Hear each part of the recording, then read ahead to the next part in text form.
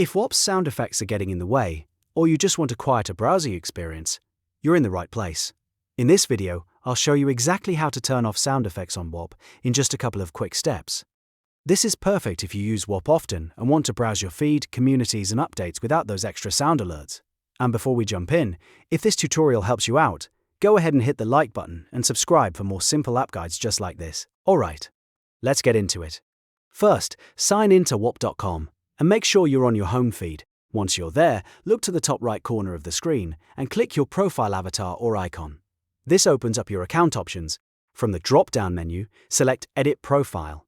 In some cases, you may see a gear icon instead, and that will take you to the same account settings area. Once the account settings page opens, find the settings menu and click on the Notifications tab. This is where Whop keeps the options for alerts, updates, and sound preferences.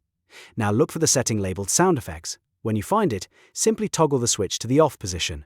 The change should take effect immediately, and your app's sound indicators will be muted right away. That means you can scroll, browse, and interact with Whop quietly, without the extra audio feedback. If you ever want the sounds back later, just return to the same Notifications tab and switch sound effects back on.